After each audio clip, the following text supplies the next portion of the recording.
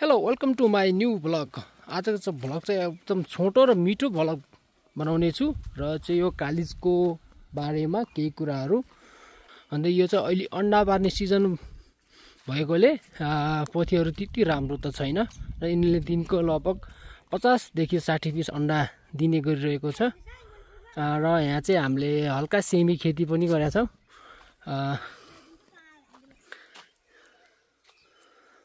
हामीले साइडमा यो खिरा पनि रोपेको थियौँ र खिरा चाहिँ आधा खिरा अहिले कालिजले नै खाइसकेको छ यहाँ चाहिँ। र चाहिँ हामीले चाहिँ आफ्नै खेती गरेर हामीलाई घर खानालाई चाहिँ पुगिरहेको छ।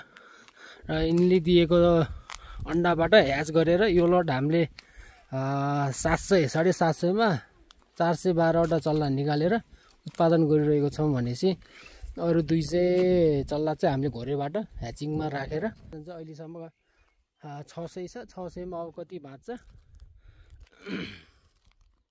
त्यति बाँचेको उत्पादन हामीले गर्नेछौँ। र अलि 400 अन्डा ह्याचिङमा चलिरहेको छ। लाइनको समस्याले गर्दा चाहिँ हामीले टाइम टाइममा जेनेरेटर स्टार्ट गर्नुपर्ने हुन्छ र तेल त्यसको चाहिँ हामीले डिजेलवाला जेनेरेटर बुटलबाट ल्याएको थियौँ भनेपछि त्यो टाइम टाइममा तेल धेरै खाने गरेको छ। त्यसले चाहिँ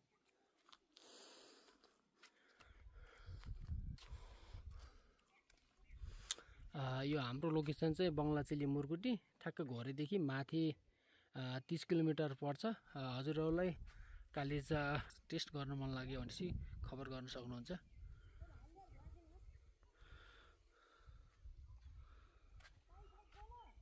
छ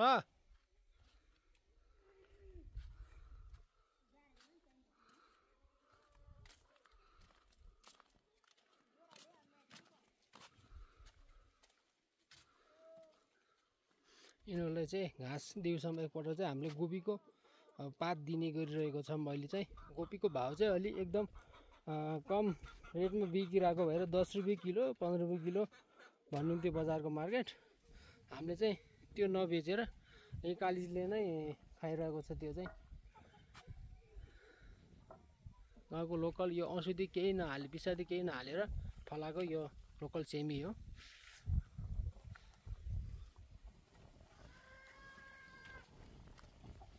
आनन्दको हावा लागेको छ। हिजोको पानीले गर्दा चाहिँ आजको मौसम एकदम चिसो र आनन्द दिइरहेको छ। हामीले हल्का मकै पनि रोपेका थियौँ र मकैको चाहिँ धान फालिसकेको छ। केही महिनापछि मकै पनि खाने हुन्छ।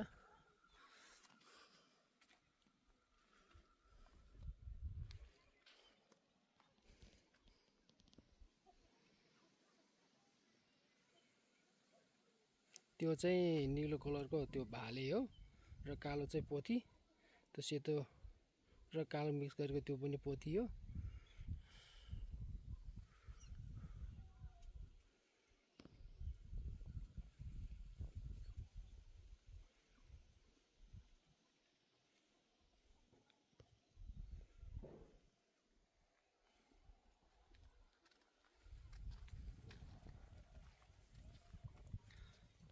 यसले पारेको यो अन्डा